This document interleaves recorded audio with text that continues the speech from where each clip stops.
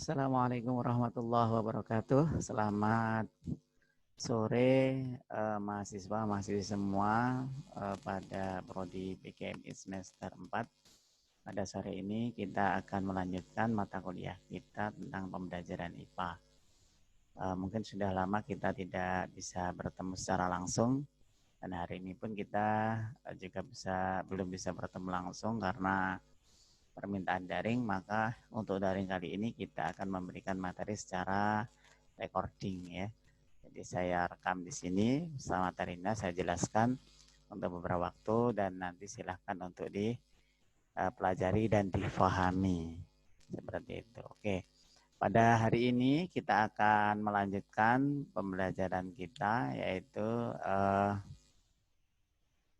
pada bab yang ke-8, yaitu keterampilan proses dalam pembelajaran IPA. Kalau pada minggu yang lalu kita sudah mempelajari tentang metode, kemudian sebelumnya juga sudah kita pelajari tentang model pembelajaran. Pada hari ini kita akan melanjutkan dalam sesi keterampilan proses dalam pembelajaran IPA. Nah, mahasiswa semuanya, bahwa keterampilan dalam proses pembelajaran secara umum itu sangat perlu dimiliki oleh seorang calon guru, termasuk kepada guru yang sudah jadi guru ya. Jadi keterampilan proses ini pada prinsipnya adalah bagaimana kita memiliki insting dan memiliki jiwa seni di dalam mengolah mulai dari pembukaan pembelajaran, inti pembelajaran sampai penutup. Semakin kita bisa terampil, tentu kita nanti pada akhirnya akan bisa membuat pembelajaran menjadi sangat berkesan bagi siswa. Nah, untuk bisa terampil memang tidak bisa instan, akan tetapi perlu proses ya, perlu proses. Nah, kalian mau belajar dengan sungguh-sungguh untuk mampu terampil di dalam pembelajaran, itu juga sebuah proses. Kalian umpamanya hari ini sudah pernah mengajar di sekolah, apapun mata pelajarannya, sehingga dalam proses pembelajaran itu kalian juga belajar, kalian juga mengambil pengalaman-pengalaman yang sudah kalian lakukan pada proses pembelajaran. Itu juga merupakan sebuah pengalaman berharga untuk semakin terampil di dalam keterampilan proses dalam pembelajaran. Seperti itu ya. Nah, lalu sebelum kita lanjutkan, apa pengertian dari keterampilan proses ini? Ya. Nah, ini kemampuan akhirnya keterampilan proses itu merupakan bentuk keterampilan fisik dan mental. Jadi fisik kita, mental kita itu siap terkait dengan apa? Kemampuan yang mendasar yang dimiliki, dikuasai dan diaplikasikan dalam satu kegiatan ilmiah. Sehingga para ilmuwan termasuk guru berhasil menemukan sesuatu yang baru. Artinya dalam pengertian ini, keterampilan proses itu selalu syarat dengan sebuah ide baru. Ya, sebuah ide baru. Ide baru tidak harus menyeluruh dan banyak. Bagian-bagian dari proses pembelajaran, ketika di situ muncul ide baru, itulah yang disebut sebagai keterampilan proses. Jadi jangan anggap ide baru itu harus secara menyeluruh baru, tidak. Tapi bagian-bagian yang kita perbarui, bagian-bagian dalam tahapan-tahapan pembelajaran yang kita perbarui, itu juga merupakan sebuah hasil dari keterampilan kita dalam proses belajar mengajar. Kemudian yang kedua pengertiannya adalah keterampilan intelektual. Jadi selain keterampilan fisik, mental, juga ada keterampilan intelektual ya, atau keterampilan berpikir yang dimiliki digunakan oleh para ilmuwan termasuk para guru dalam meneliti sebuah fenomena. Kalau dalam hal ini adalah fenomena alam, kalau dalam pembelajaran itu adalah fenomena siswa. Ya. Terus kemudian keterampilan proses dalam IPA itu dibagi menjadi 8. Ada 2 ya. Yang pertama ada 8 keterampilan proses. Kemudian yang ada 5 keterampilan proses terpadu. Kalau 8 keterampilan proses dasar, sedangkan yang 5 adalah keterampilan proses terpadu.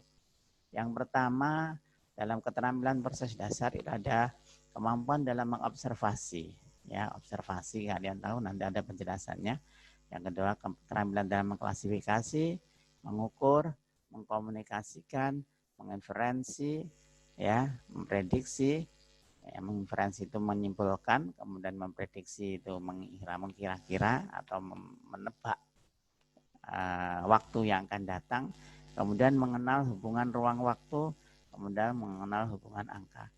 Sedangkan keterampilan proses yang sifatnya terpadu itu ada 5. Yang pertama ada keterampilan memformulasikan hipotesis, kemudian menamai variabel, kemudian membuat definisi operasional, melakukan eksperimen, dan menginterpretasikan data.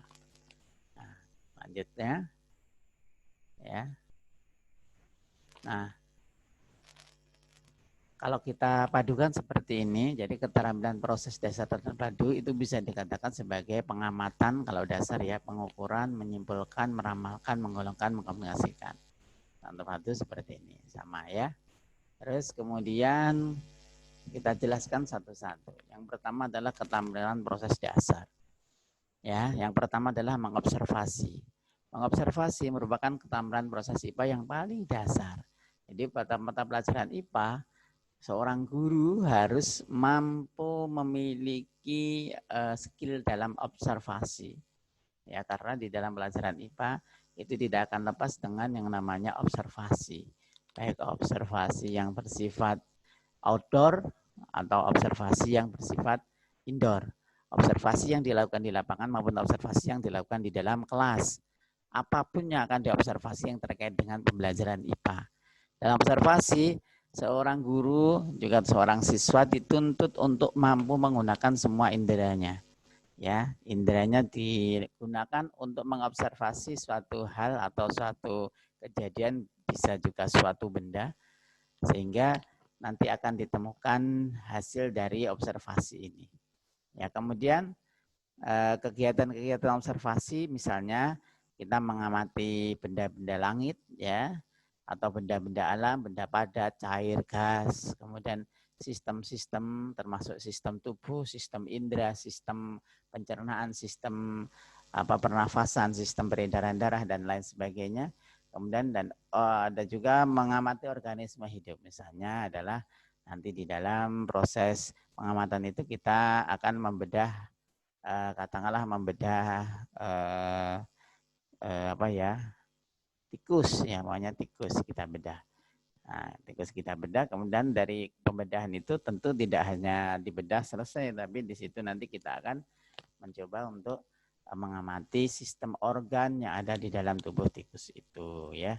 Kemudian sifat-sifat yang dimiliki ini berupa tekstur, warna, bau, bentuk, ukuran dan lain sebagainya. Ya, kemudian alat yang disiapkan apa? Tentu di sini nanti karena pada akhir dari observasi itu adalah sebuah draft laporan, maka di situ siapkanlah lembar pengamatan. Lembar pengamatan bisa bersifat sederhana, juga bisa bersifat terstruktur. Jika siswa nggak mampu membuat, maka guru membuatkan untuk siswa, kemudian siswa menggandakan sendiri lembar pengamatan tersebut. Ya. Terus selanjutnya yang kedua adalah ini contohnya ya. Ya, silakan nanti dibaca sendiri. Kemudian yang kedua keterampilan mengklasifikasi. Nah, keterampilan ini sangat penting selain keterampilan dasar mengobservasi. Jadi mengklasifikasi itu artinya mengelompokkan ya. Mengelompokkan apa? Mengelompokkan mungkin benda-benda padat, yang tergolong benda padat apa, yang tergolong jenis hewan yang katakanlah kalau anak-anak itu adalah hewan yang berjalan dengan kaki 4, hewan yang berjalan dengan sayap, hewan yang berjalan dengan perutnya, jadi tidak memiliki kaki, dia berjalan dengan perut. Kita kelompokkan hewan-hewan tersebut. Kemudian tumbuhan yang tumbuh hanya di musim kemarau, tumbuhan yang bisa hanya tumbuh di musim hujan, itu merupakan contoh dari sebuah tugas-tugas yang bisa diberikan kepada siswa dalam rangka meningkatkan keterampilan klasifikasi atau penggolongan. Itu ya. Terus kemudian alat yang disiapkan apa? Sama, yaitu lembar pengamatan. Ini contohnya ya. Alat-alatnya ini bisa dilakukan di luar kelas atau bisa dilakukan di dalam kelas. Kalau di dalam kelas ya tentu guru atau siswa itu menyiapkan bahan-bahan yang nanti menjadi bahan pengamatan yang akan dilakukan dalam proses klasifikasi.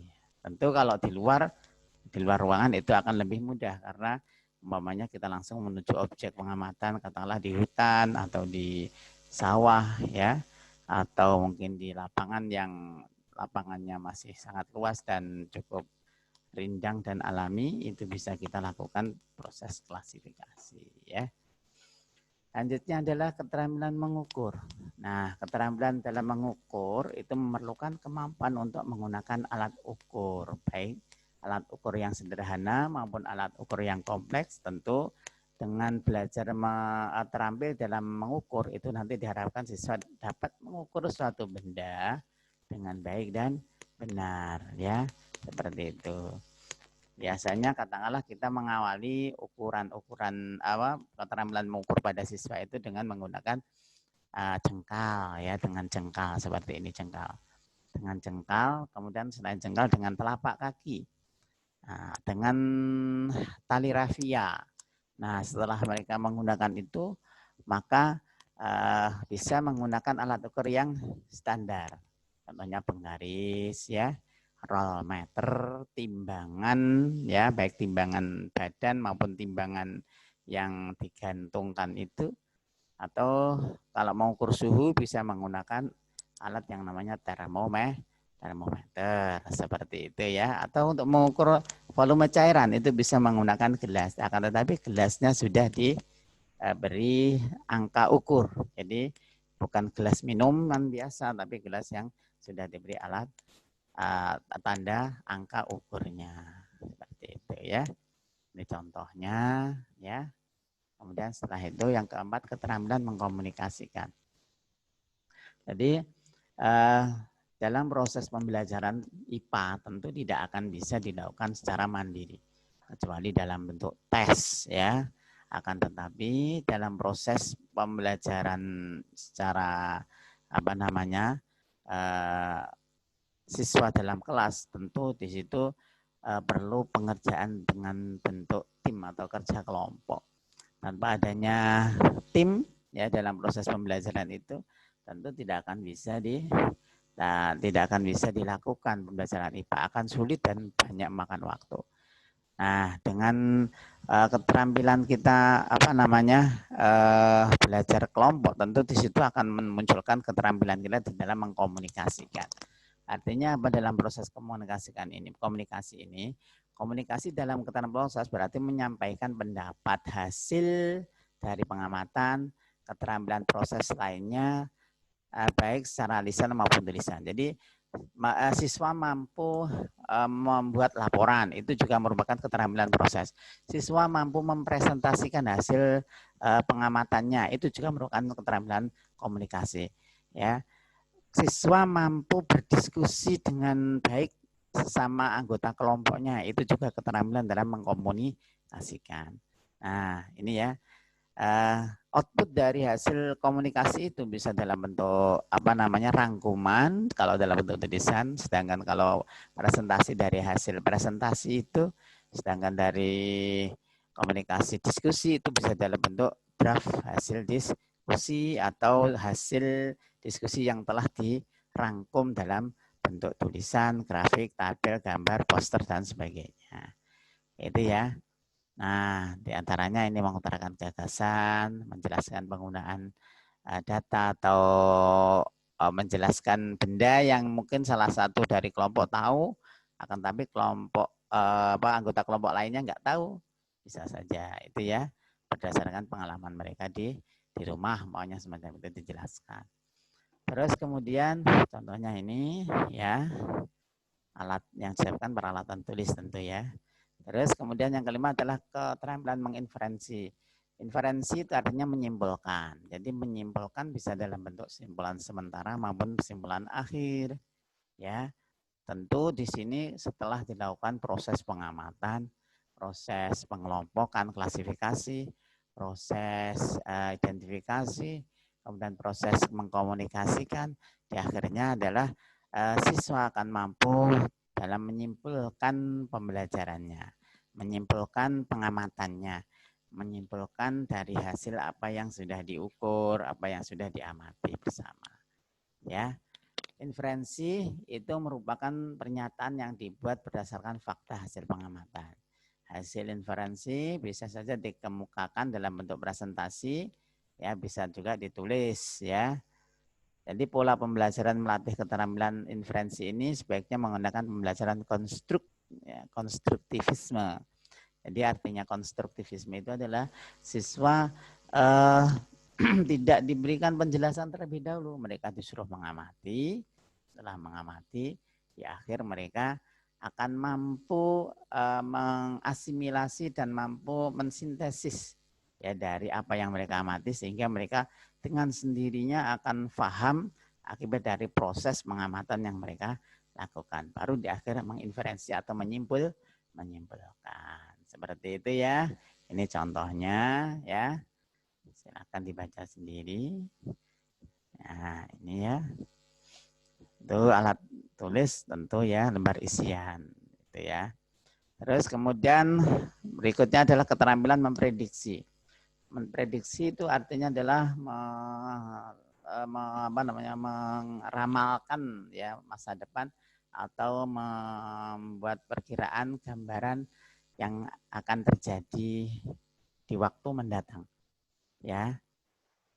Jadi artinya apa? Artinya adalah dasar dari kemampuan dalam keterampilan memprediksi ini adalah kemampuan siswa dalam melakukan observasi, pengukuran,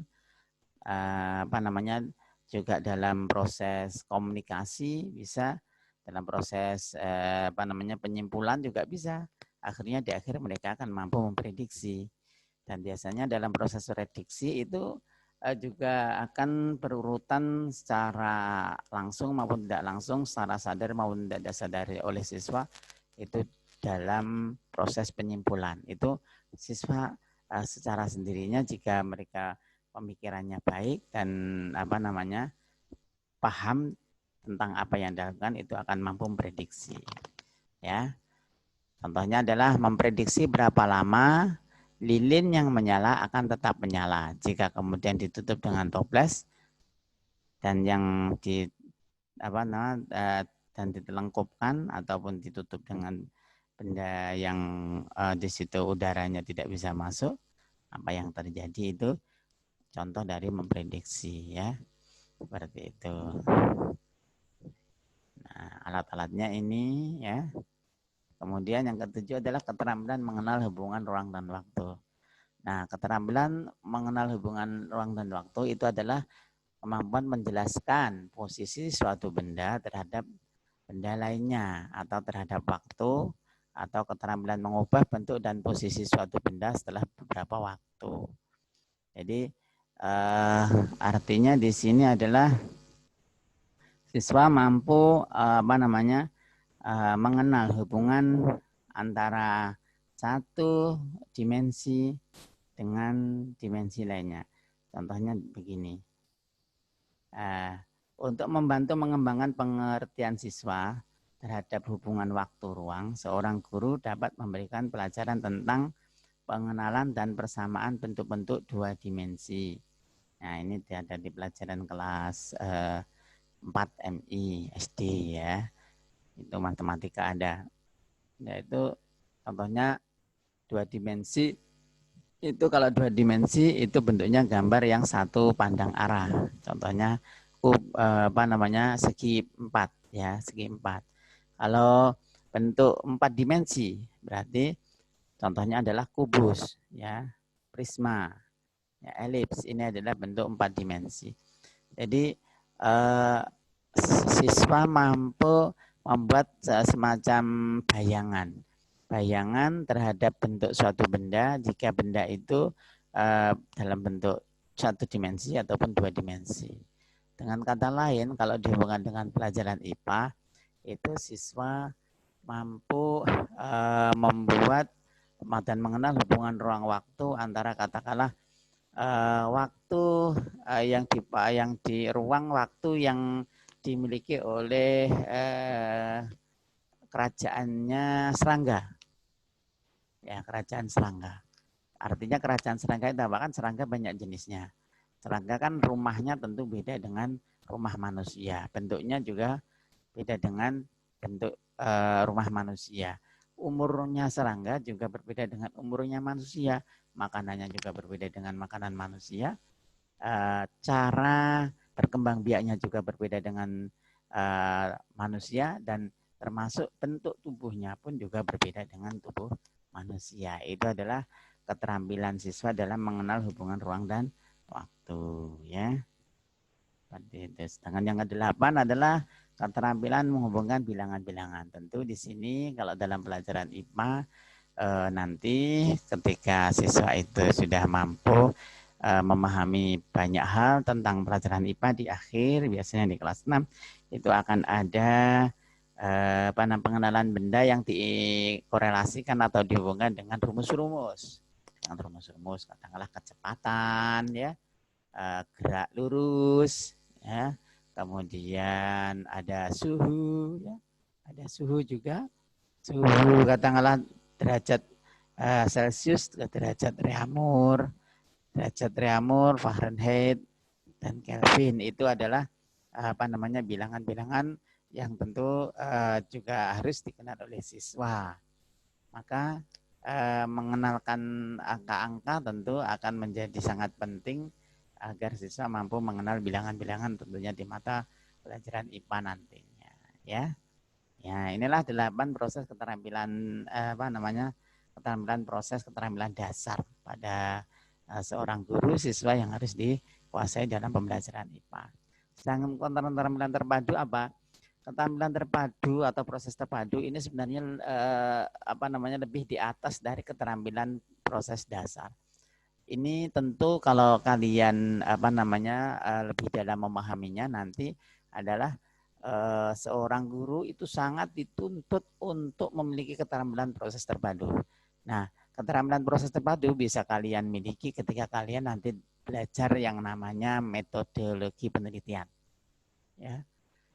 Tentu keterampilan proses terpadu ini tidak serta-merta dimiliki ketika kita hanya mengajar. Tetapi kita perlu belajar tentang metode-metode khusus di dalam mengembangkan keterampilan proses terpadu ini.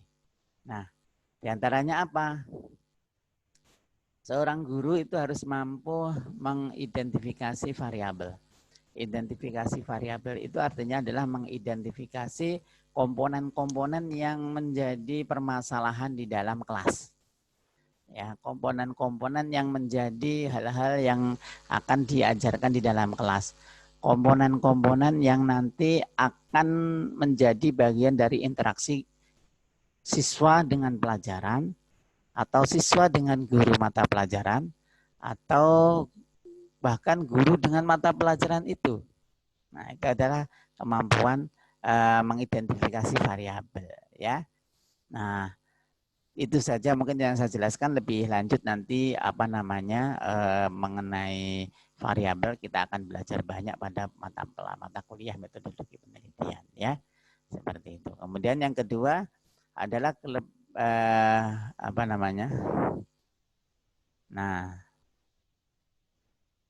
Nah, ini kelebihan pendekatan keterampilan proses.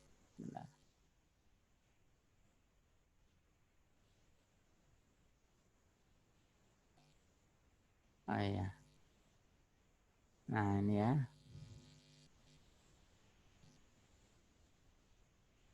Kelebihan ini diantaranya ini. Terus kemudian kelebihan pendekatan keterampilan proses itu diantaranya adalah mampu merangsang atau menstimulasi keingintahuan dan sikap ilmiah siswa. Tentu mata pelajaran IPA itu pada akhirnya adalah memunculkan dan mengukir karakter sikap ilmiah bagi siswa. Kemudian siswa akan aktif dalam pembelajaran dan mengalami sendiri proses mendapatkan konsep, atau dalam saya sebutkan tadi itu ada konstruktivisme. Pemahaman siswa lebih mantap. ya. Dengan proses yang dilakukan, siswa akan lebih mantap karena mereka belajar dengan seluruh panca indera. Bukan hanya duduk dan mendengar dan melihat saja, tapi mereka juga pernah melakukan apa yang mereka pelajari dengan mereka mengalami proses itu. Akan lebih mantap.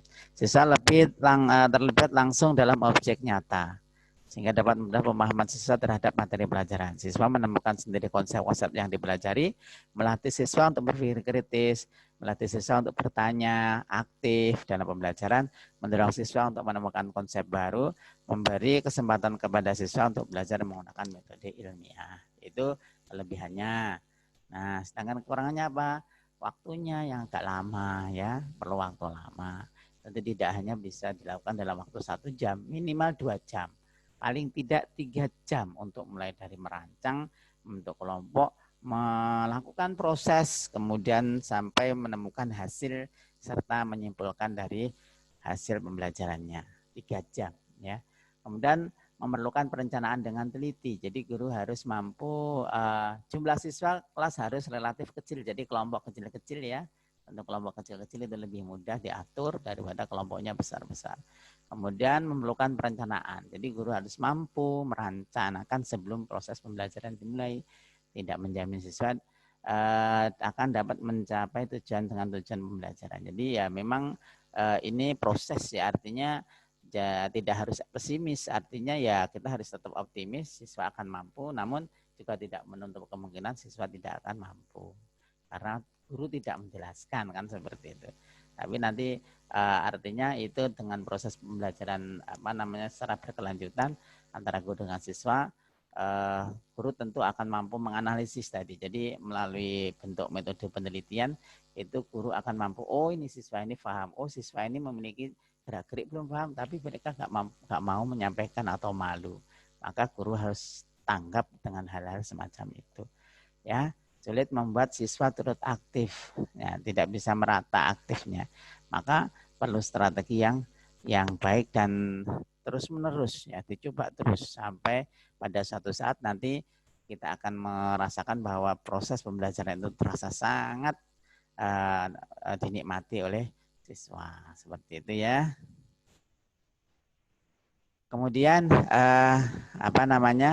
tentu ini ada yang namanya interpretasi data. Nah, interpretasi data itu apa?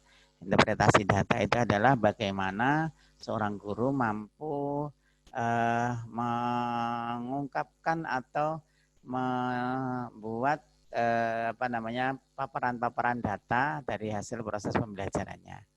Tentu ini sifatnya bisa bersifat hipotesis, simpulan sementara. Artinya apa?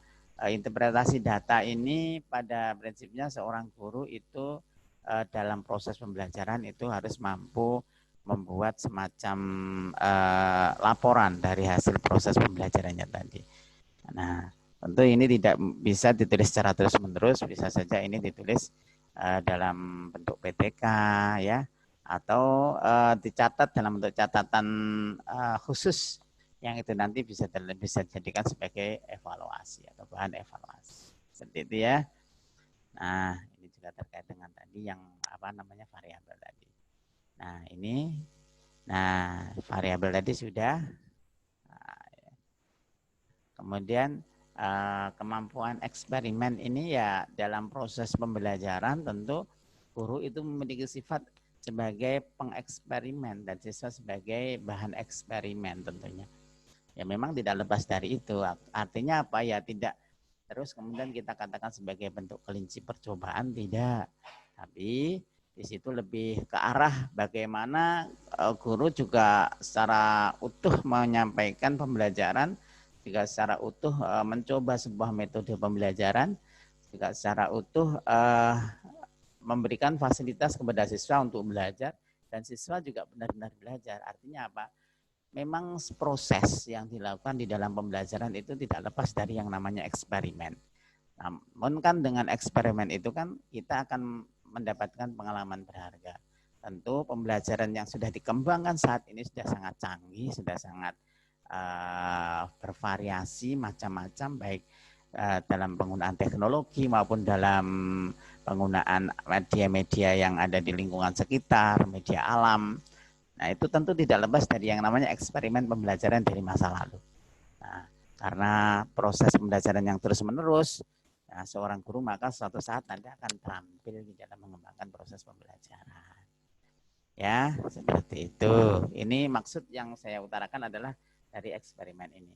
Nah, tentu dalam pembelajaran IPA ya tidak akan lepas dari yang namanya eksperimen, ya, tidak lepas dari eksperimen.